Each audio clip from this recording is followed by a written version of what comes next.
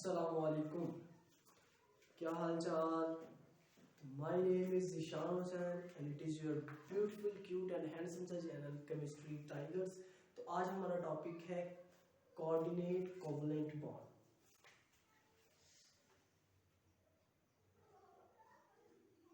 Coordinate covalent bond के coordinate covalent bond क्या होता है। इसका बेटा दूसरा नाम जो है इसको डेटिक बॉन्ड भी बोलते हैं।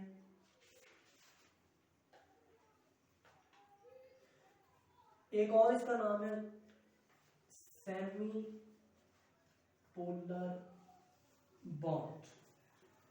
सेमी पोलर बॉन्ड इसका तीसरा नाम है। सेमी का मतलब होता है आधा, पोलर पोल्स बन जाना, तो सेमी पोलर जिसमें आधे पोल्स बन जाते हैं। भाई कोवलेंट कंपाउंड को थोड़ा सा रिवाइज कर लें कि कोवलेंट बॉन्ड बाय शेयरिंग से बनता है, जिसमें जितना एक एटम पार्टिसिपेट करता है उतना ही दूसरा पार्टिकल पार्टिसिपेट करता है, तो हम कहते हैं कि कोवलेंट बॉन्ड बनता है। जैसे जितनी भी हमारी नॉन मेटल और नॉन मेटल से रिएक्शन होता है, रिएक्ट करती है, तो हमारा कोवलेंट बॉन्ड वजूद में आता है। ठीक है जी, कोवलेंट बॉन्ड वजूद में आता है।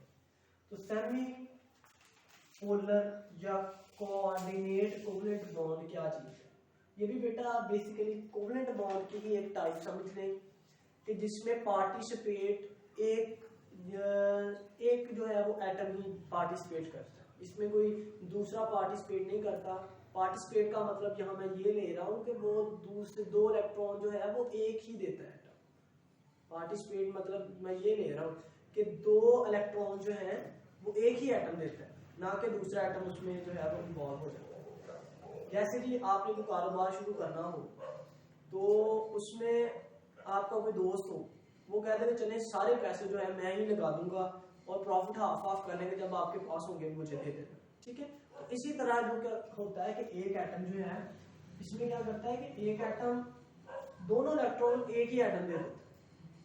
ठीक है, बॉन्ड बनाने के लिए दो इलेक्ट्रॉन चाहिए, वो दोनों इलेक्ट्रॉन यानी कि जो है वो एक ही एटम दे देता है कि चले यार सारे इलेक्ट्रॉन जो है वो मैं दे देता हूँ, आप भी स्टेबल हो जाए, मैं भी स्टेबल हो जाए। ठीक हो गया जी। तो यहाँ डेफिनेशन करते हैं, a bond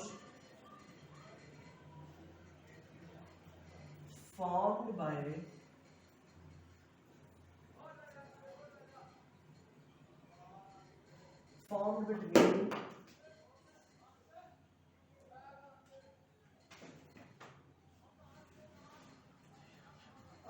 कि जो कोवलेंट बॉन्ड होता है वो दो पार्टिसिपेट करता है, जिसमें दोनों एटम्स एक ही मतलब जो है वो शेयरिंग करता है। ठीक है, formed by sharing of electron. अब वो तो कोवलेंट बॉन्ड भी होता है, बट इसमें कंडीशन क्या है, बट कंडीशन इसमें यही है कि जो पार्टिसिपेट करेगा, जो इलेक्ट्रॉन डोनेट करेगा, जो इलेक्ट्रॉन डोनेट करेगा वो सिर्फ एक एटम होगा, only one atom donate electron. जिसमें जो एटम है वो एक ही डोनेट इलेक्ट्रॉन्स करेगा, दोनों इलेक्ट्रॉन्स एक ही एटम डोनेट करेगा। ठीक है जी। अब जो एटम इलेक्ट्रॉन डोनेट करता है उसे हम डोनर कहते हैं।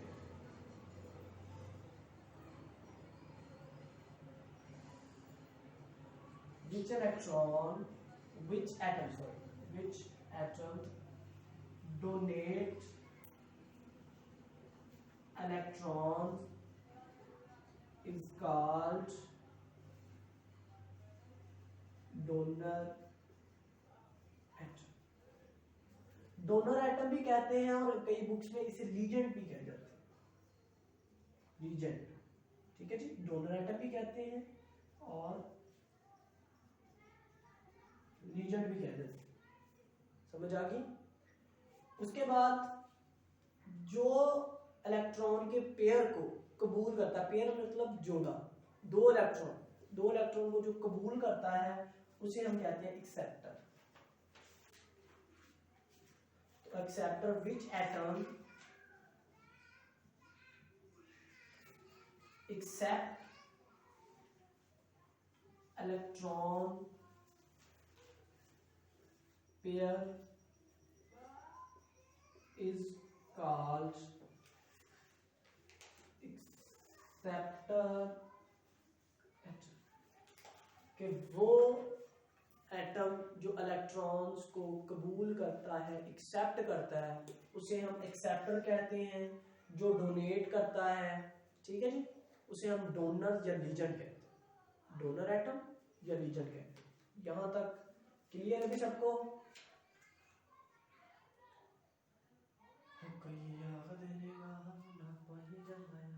कर दे race, okay.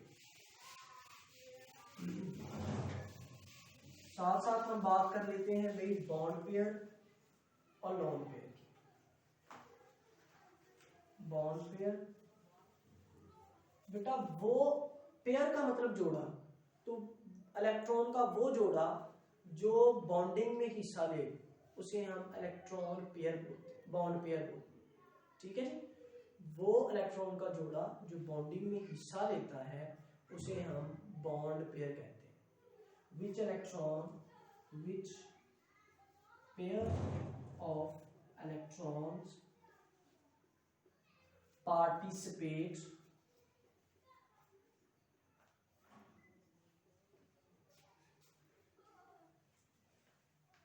In bonding is called bond pair। वो इलेक्ट्रॉन का जोड़ा जो बॉन्डिंग में हिस्सा लेता है हम उसे बॉन्ड पेयर कहते हैं, ठीक है जी। दूसरी एक टर्म आती है, इस्तेमाल होगी इसमें लोन पेयर। ये भी आपको पता है वैलेंस शेल में से होते हैं। जब भी बॉन्डिंग बनती है तो वैलेंस शेल में से इलेक्ट्रॉन इन्वॉल्व होते हैं, इनर शेल्स में से नहीं होते, वैलेंस शेल में से होते हैं। जैसे ये मेरे पास एक एटम है जी, इसके जो वैलेंस इलेक्ट्रॉन्स हैं सिर्फ वो ही पार्टिसिपेट करेंगे, ना कि दूसरे जो हैं वो नहीं करेंगे पार्टिसिपेट। ठीक हो गया जी। अब तो लोन पेयर ये भी वैलेंस इलेक्ट्रॉन ही होते हैं लेकिन जो पार्टिसिपेट नहीं करते, ठीक है जी, जो पार्टिसिपेट बॉन्डिंग में नहीं करते उनको हम कहते हैं कि वो लोन पेयर होते हैं। Which pair of electrons cannot, valence electron अगर करेंगे तो बेस्ट हो जाएगा। Valence electron cannot participate in bonding is called lone pair, ठीक है जी। अब लोन पेयर जैसे जी मेरे पास अमोनिया का स्ट्रक्चर बनाता हूं मैं जी NH3, तो ये N, यहाँ पे H, यहाँ पे H, यहाँ पे H। अब ये N जो है वो पांचवें ग्रुप से ताल्लुक रखता है, तो इसके वैलेंस शेल में 5 इलेक्ट्रॉन होंगे। एक इसने इसके साथ शेयर कर लिया, एक इसने इसके साथ शेयर कर लिया, एक इसने इसके साथ शेयर कर लिया। अब बाकी बच गए 2, वो 2 यहाँ पे आ जाएंगे। अब इन्होंने बॉन्डिंग में हिस्सा नहीं लिया तो ये हमारा होंगे लोन पेयर, ठीक है जी। इसी तरह हमारे पास वाटर है, इसके वैलेंस ये छठे ग्रुप से ताल्लुक रखता है, तो इसके वैलेंस शेल में 6 इलेक्ट्रॉन्स होते हैं। तो 6 में 2 एक इसने इसके साथ शेयर कर लिया, एक इसने, बाकी इसके बाद 4 बाकी बच गए। तो 2 एक लोन पेयर यहाँ पे आ गया, एक लोन पेयर यहाँ पे आ गया। इलेक्ट्रॉन 4 है लेकिन पेयर हम बोल रहे हैं ना, पेयर का मतलब जोड़ा, तो ये एक लोन पेयर ये है, एक लोन पेयर ये। ठीक हो गया अभी सब क्लियर है सबको? कर दे रेस, ओके।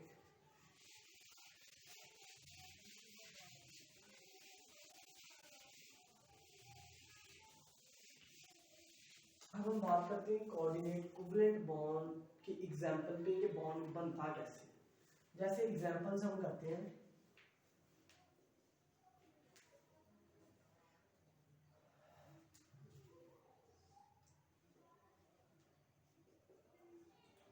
फॉर्मेशन ऑफ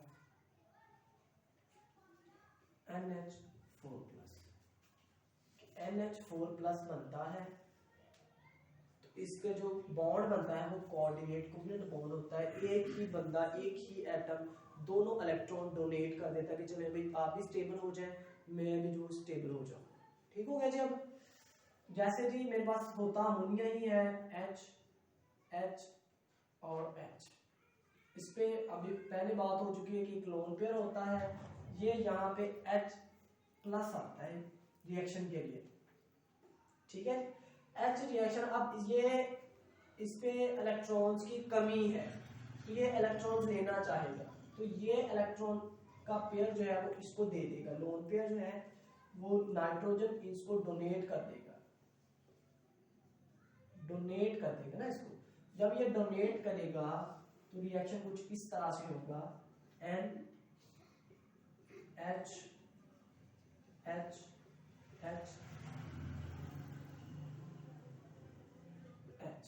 इस पे अब पॉजिटिव चार्ज इस पे।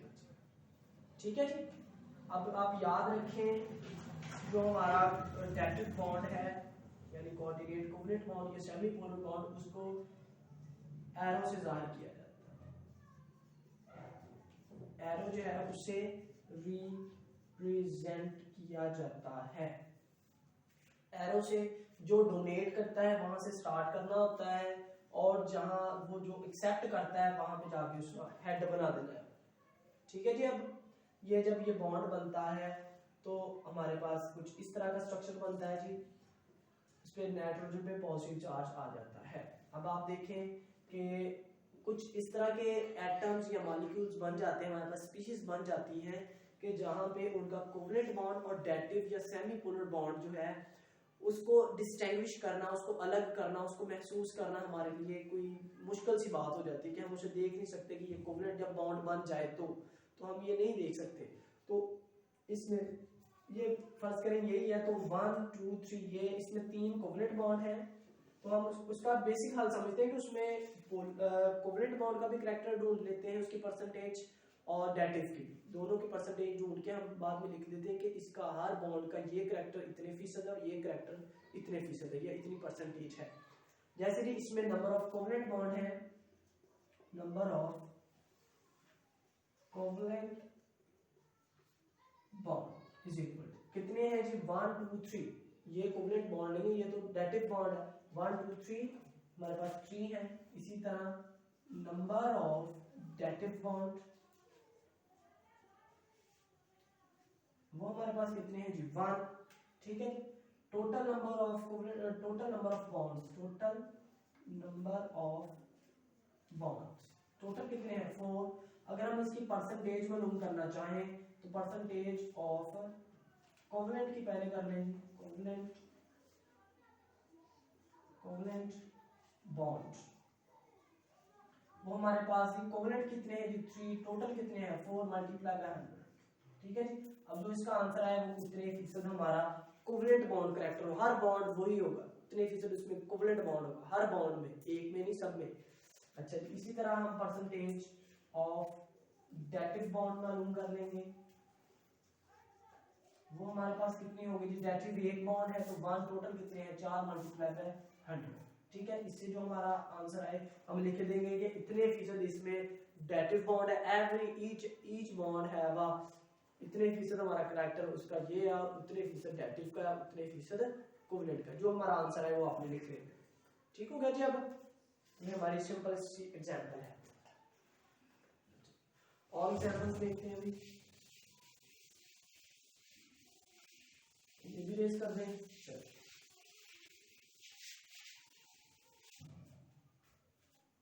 उसके बाद जी हमारा एक रिएक्शन होता है जी,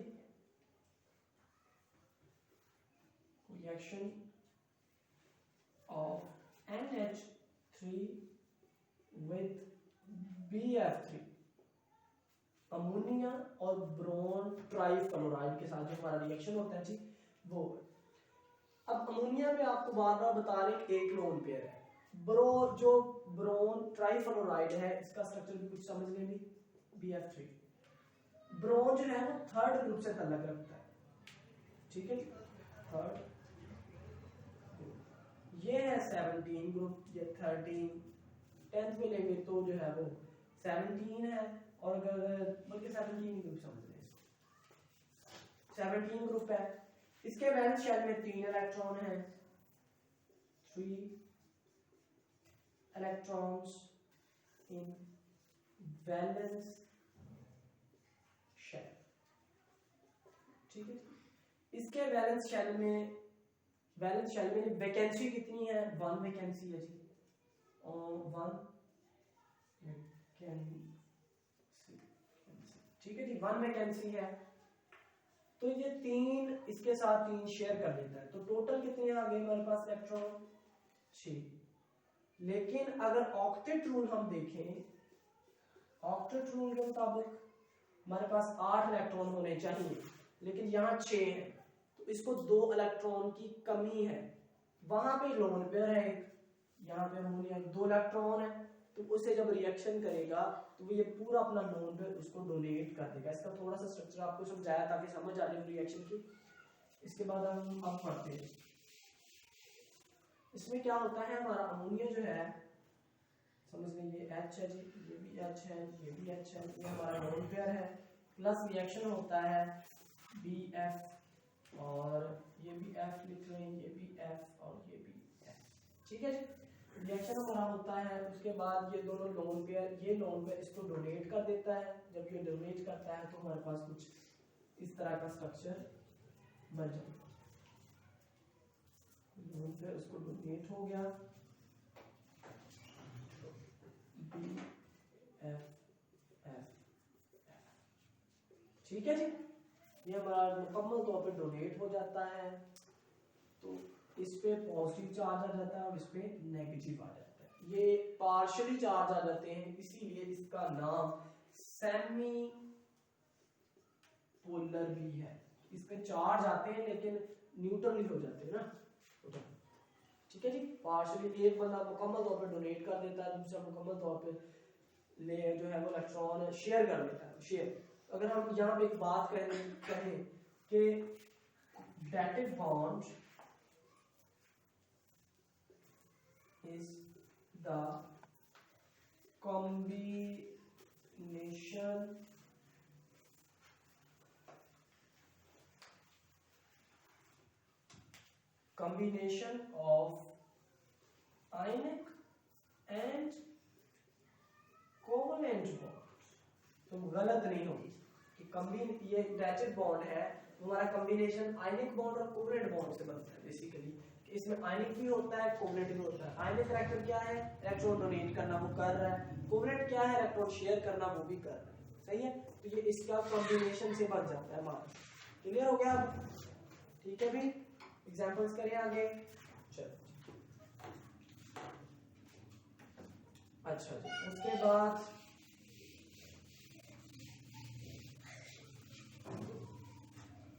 अगला हमारा है जी Al2Cl6। हमारे पास AlCl होता है जी,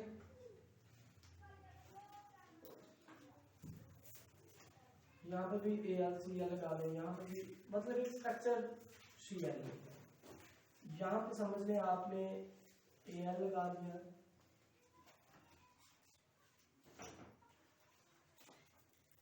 ये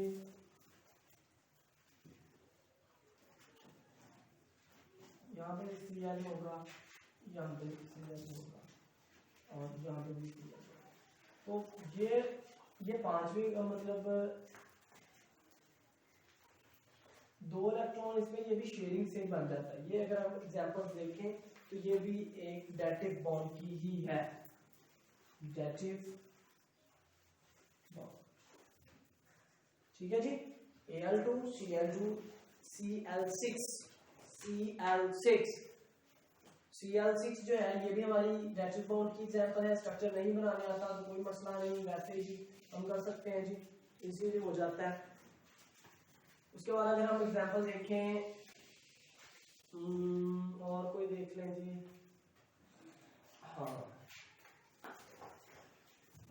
फॉर्मेशन ऑफ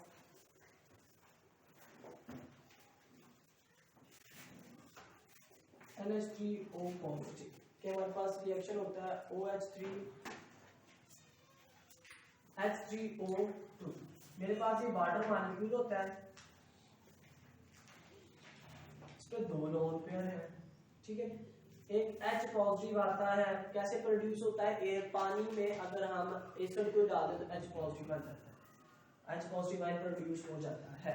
जब ये रिएक्शन होता है भाई, तो ये दो लोन पेयर, इसको एक लोन पेयर, दो नहीं एक लोन पेयर है, दो इसमें, लेकिन एक उसको डोनेट कर देगा। जब इसको डोनेट करता है तो रिएक्शन कुछ इस तरह से बन जाता है जी, एक लोन में उसने दे दिया, एक उसके पास है, इसको डोनेट मुकम्मल तौर पे ये हम साबित कर रहा है कि ये कोऑर्डिनेट कोवेलेंट बॉन्ड, ठीक है जी, कोऑर्डिनेट कोवेलेंट बॉन्ड, ये हम ये साबित कर रहे हैं। और साथ H हो जाएगा, और जो पॉजिटिव चार्ज है वो टोटली समझ लें इसमें आ जाएगा या इस पे, ठीक है। तो इसको भी हमने जो है वो इसकी भी परसेंटेज हम मालूम कर सकते हैं, क्योंकि जब बॉन्ड एक्टिव बन जाता है तो हमें उसको डिस्टिंग्विश करना थोड़ा मुश्किल हो जाता है, हमें पता नहीं चलता, सही है जी। तो वो किस तरह हम करेंगे, अब इसकी परसेंटेज देख लें 1 2 3, ठीक है। कोवेलेंट बॉन्ड कितने हैं, 1 और 2, ठीक है जी। Covalent number of covalent bond is equal to 2, इसी तरह number of dative bond is equal to 1। Total number of कितने हैं जी, नंबर ऑफ बॉन्ड्स कितने हैं 3, ठीक है। तो परसेंटेज अगर हम मालूम करना चाहें तो हम कर सकते हैं percentage of covalent bond is equal to, क्योंकि कोवेलेंट के मालूम करेंगे तो 2 है, 2/3 मल्टीप्लाई बाय 100। यहाँ से जो हमारा आंसर आएगा वो हमारा कोवेलेंट बॉन्ड करैक्टर होगा, कोवेलेंट करैक्टर, ठीक है। हर बॉन्ड का अपना अपना एक जैसा ही होगा सबका, ठीक है जी। अब हम डेटिव बॉन्ड की परसेंटेज मालूम करें,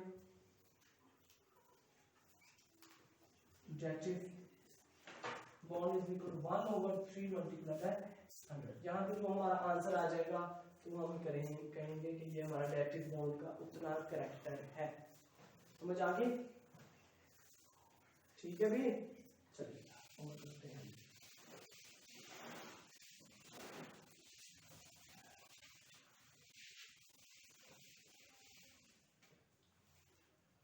उसके बाद है formation of oxonium ion,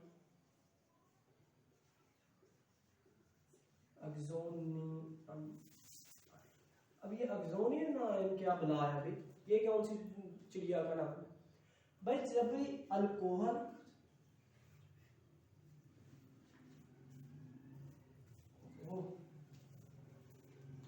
alcohol या फिर ईथर,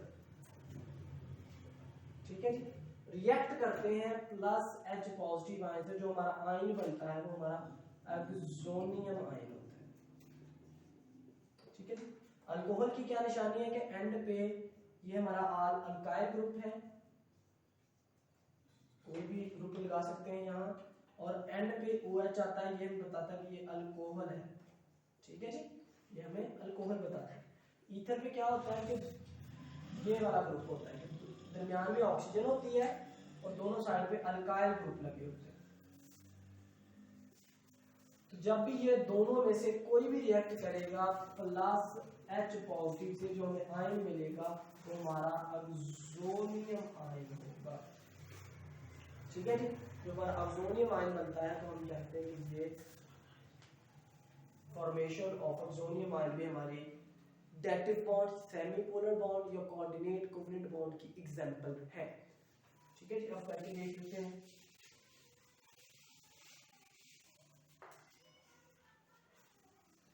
हमारे जी अल्कोहल है, ठीक है जी, इस पे दो लोन पेयर है प्लस H पॉजिटिव आयन आता है, कैसे प्रोड्यूस होता है, पानी में एसिड डाल दें प्रोड्यूस हो जाएगा H पॉजिटिव आयन हमारा। जब ये डोनेट करेगा करेगा 1 लोन पेयर, ठीक है जी। 1 लोन पेयर जब डोनेट करेगा तो हमारे पास कुछ इस तरह का होगा स्ट्रक्चर,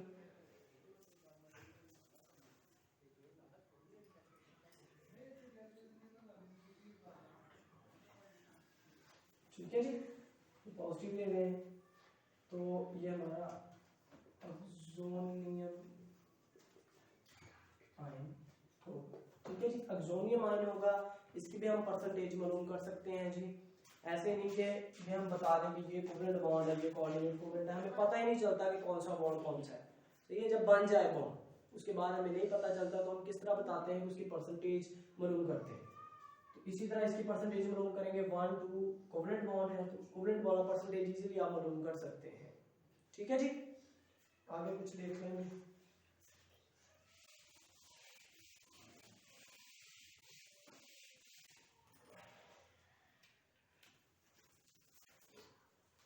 आगे हम देखेंगे तो लाइक अमोनिया स्पीशीज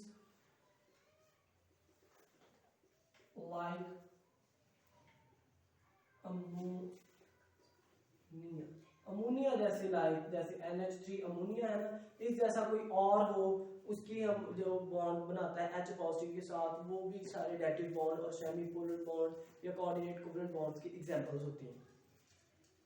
जैसे जी हमारे पास है जी RH,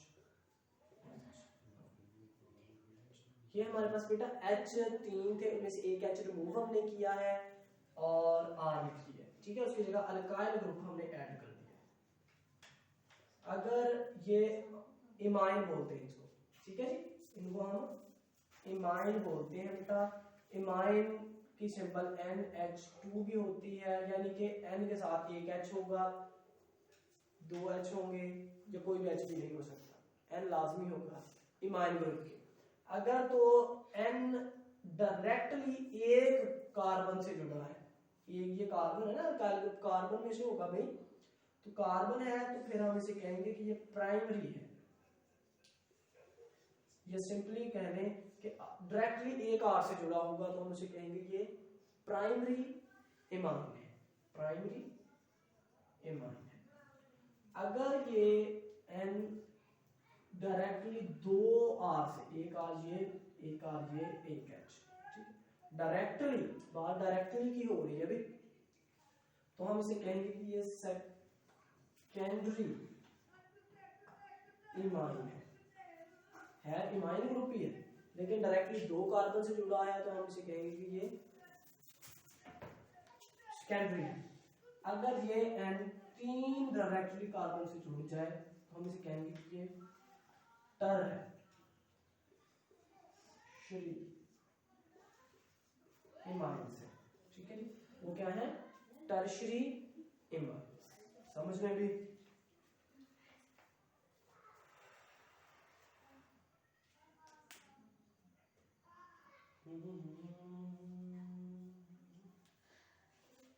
कर दे रेस। ओके,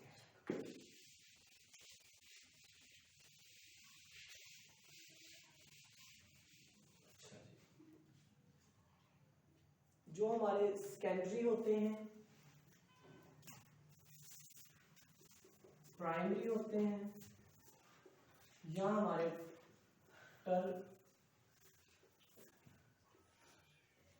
टर्शरी होते हैं, इमाइंस, जब वो रिएक्ट करते हैं, जैसे मेरे पास ये है जी,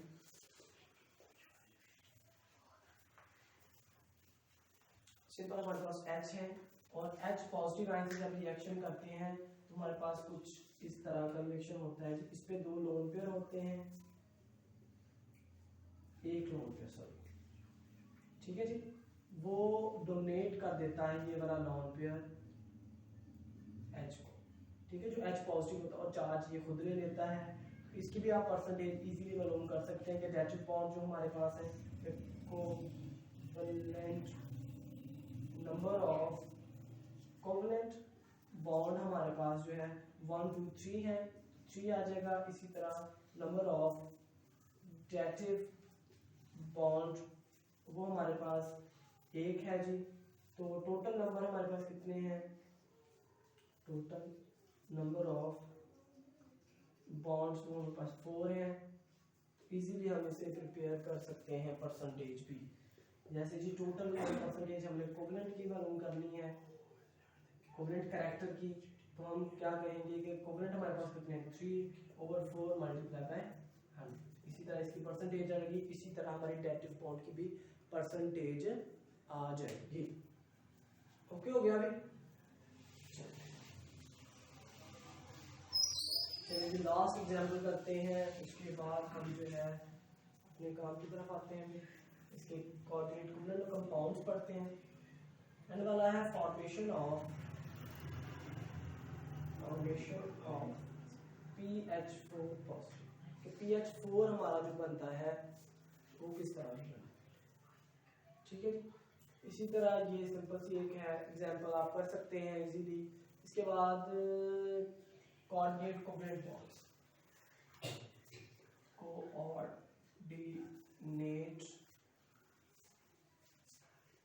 कोवेलेंट कंपाउंड्स, ठीक है जी। कोऑर्डिनेट कोवेलेंट कंपाउंड्स वो कंपाउंड्स जिनमें कोऑर्डिनेट कोवेलेंट बॉन्ड पाया जाता है, कोऑर्डिनेट कोवेलेंट बॉन्ड पाया जाता है, डेटिव बॉन्ड या सेमी पोलर, दूसरे मतलब दोनों नाम भी याद रखने हैं। तो अगर ये पाए जाते हैं तो हम कहेंगे कि वो कंपाउंड्स को हम कोऑर्डिनेट कोवेलेंट कंपाउंड कहते हैं। ठीक हो गया जी। तो प्रॉपर्टीज फर्स्ट प्रॉपर्टी है जी इसकी फिजिकल स्टेट। तो ये तीनों हालत में पाए जाते हैं भाई, ये गैसेस में भी पाए जाते हैं, ये लिक्विड्स में भी पाए जाते हैं, ये सॉलिड्स में भी पाए जाते हैं। तीनों हालत में कोऑर्डिनेट कोवेलेंट कंपाउंड रखने वाले अपने कंडीशन के मुताबिक प्रेशर और टेम्परेचर तीनों को देखते हुए हम कहेंगे कि ये उस हालत में पाए जाते हैं। ठीक है जी।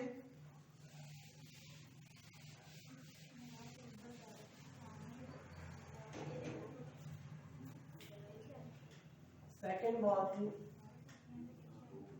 melting point and boiling point। Melting point और बॉइलिंग पॉइंट जो है इनका क्या है भाई, जैसे ये कोवेलेंट कंपाउंड है वैसे ही है ना, लेकिन आयनिक और ट्रांसफॉर्मेशन है, इनमें भी ट्रांसफॉर्मेशन होती है लेकिन एंड पे जाके शेयरिंग हो जाती है। ठीक है, तो इनके मेल्टिंग पॉइंट जो है melting points higher than covalent compounds and lower than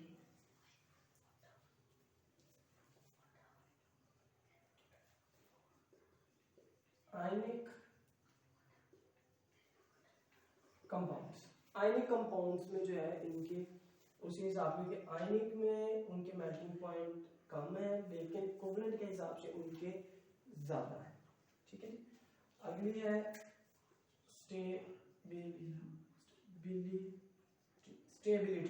stability जो है वो इस हिसाब से देखिए, कोवेलेंट कंपाउंड स्टेबल है लेकिन कोऑर्डिनेट कोवेलेंट स्टेबल उससे भी ज्यादा है। ठीक है जी, याद रखें dative is more stable then covalent bond. ठीक है, अब ये हमेशा भी नहीं होगा, जो मॉलिक्यूल पहले ही स्टेबल है अगर उनसे डेटिव बनेगा तो वो अनस्टेबल हो जाएगा। ठीक है जी। If bond formed between two stable molecules then फिर क्या होगा, इज लेस स्टेबल। तो फिर वो लेस स्टेबल हो जाएगा। अगर स्टेबल मॉलिक्यूल से बने तो लेस स्टेबल, अगर वैसे बने तो वो ज्यादा स्टेबल है, कोवलेंट कंपाउंड, कोवलेंट बॉन्ड्स। ठीक है जी।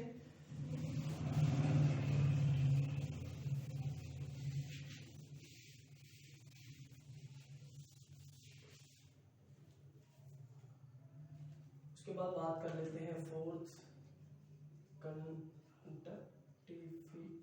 कंडक्टिविटी। है तो ये कोवलेंट बॉन्ड ही ना, जैसे कोवलेंट बॉन्ड जो है वो भी इलेक्ट्रिसिटी को कंडक्ट नहीं करते, इसी तरह नॉन जो है हमारे कोऑर्डिनेट कोवलेंट बॉन्ड के सेमी पोलर बॉन्ड वो भी इलेक्ट्रिसिटी को कंडक्ट नहीं करते। तो these compounds are not conduct electricity. ठीक है जी, इलेक्ट्रिसिटी को कंडक्ट नहीं करते। उसके बाद बात करते हैं सॉल्युबिलिटी, सॉल्युबल किन किन में होते हैं भी, तो है ये पोलर, तो पोलर में इनसॉल्युबल और नॉन पोलर्स में soluble. That is compounds are insoluble in polar solvents